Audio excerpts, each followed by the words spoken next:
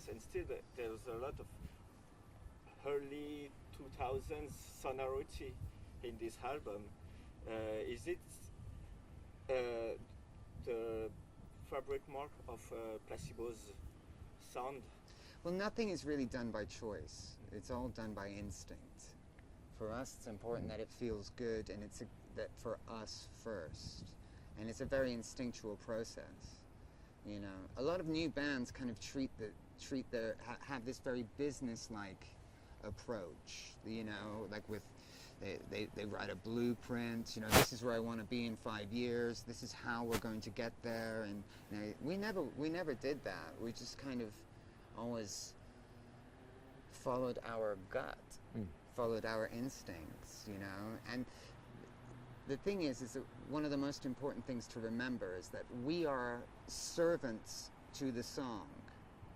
We don't impose upon the song. Our job, essentially, is to be the song's servant, you know, because the song exists. Some people think it exists already, you know, and we're just kind of pulling it out of the sky. But, you know, we don't have dominion over the song. The song more has dominion over us, you know. Yes, so I guess there's a lot of theme that you talk about in this album. Could you tell us a little bit about them, like eco-anxiety, surveillance? Why did you choose to sing about it?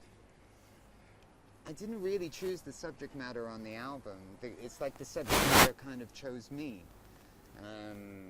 It's just a reflection of how I see the world and my own personal discomfort in the modern world, you know. The climate emergency, climate disaster is something that I find quite frightening, especially for our children, you know. I am shocked at the amount of surveillance that exists, you know, in cities, to the point where I ask myself the question, is there anywhere that we can go where we're not being watched? And what are we getting in exchange for that? What is the price that we're paying, and what is the benefit of it, you know?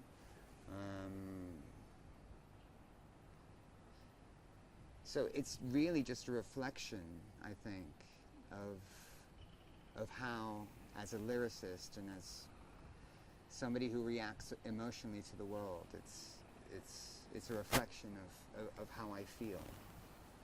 Okay, and because the cover of the album with all of these plastic bottles, like, set the tone of the album straight in a very straightforward way. This is what shaped, in fact, all of your analysis, how you did the song afterwards, if I understand. Well, it seemed to be the perfect image. Yeah.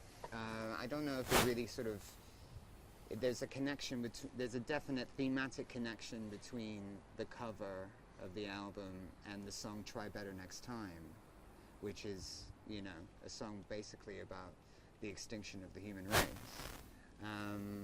But in a more broad sense, what it, for me, is very, very powerful about that photograph is that it proves that what nature does when it's given enough time and there's the absence of humans, is that what nature will do is that it will turn humanity's garbage into something beautiful. And I think that's a very powerful message. Amen.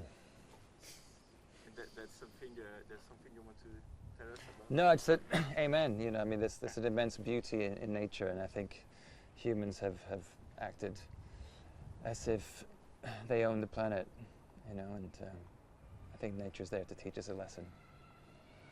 And I have a question about the song Beautiful James. Who is this beautiful James that you are singing about? Who is he to you? Is it a he?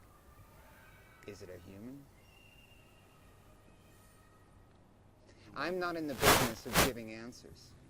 What I do is I ask questions. I ask the same questions of the listener than I ask myself. So the question I think you should be asking is, who is beautiful James to you? That's what's important. It doesn't matter. Yes, I do. Because it doesn't matter for me. What's more important is who is that? Who is beautiful James in the mind of every individual listener of that song? I'm just sorry. I heard a little bit of. I guess it's the keyboard that is moving. Under your last answer, I heard it. I'm afraid you're just going to have to deal with it. Well, maybe it's the cable that is on the way it is linked to the little box. If I just could watch, how is it? Écoutez, je vais dire ça avec une gentillesse. Oui. Ça devient emmerdant. D'accord. On est là, on essaye de faire une interview là. Oui, On passe la plupart de notre temps en train de chipoter avec un microphone. Alors continuons, s'il vous plaît. D'accord. Merci. C'est la dernière question. J'en ai d'autres. Ouais, mais le temps est. Ok. Oui. On en est à. Ok. Désolé. J'ai une question. This album, how do you consider it? Is it the best album you did, according to you? I guess it's our favorite, but that's because it's new. Yeah, I think we, after our last tour that we did, that was kind of a retrospective tour. I think we were itching to make a new record, and I think it's satisfied a lot of our creative urges, and I think it's helped us to believe in what this band is about. It's about moving forward. Yeah, amen. And a question about your next tour. It's the first that you can did since the last one. 5 years. It's been 5 years since we played a concert, yeah. How do you feel about it? Nervous. Very nervous. Because we're very much out of practice. You know, it's like, it feels a little bit like starting again, you know? Like, I've got similar nerves to when we first started doing concerts in 1994 and 1995. Yeah, it's like that. Because we've had because of the pandemic and lockdowns and everything, our momentum is interrupted, and we've had just far too much time to think and think about the nature of what we do. And obviously, you know, because it's been so many years, there is a big element of nervousness. People are asking all the time, "Are you excited? Are you excited?" I'm like, "No, yeah, I'm just really nervous, you know, because I feel so out of practice." Yes. And petite question en français, juste sur le rapport au public français.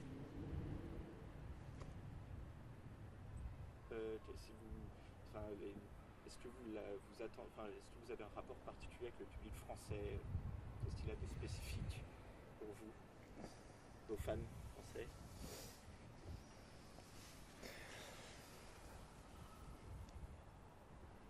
Disons qu'on aime jouer des concerts beaucoup ici en France. C'est un public très généreux qui a été avec nous depuis le début. Merci beaucoup.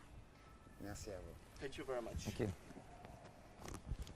I'm very sorry about that. I didn't heard it before today.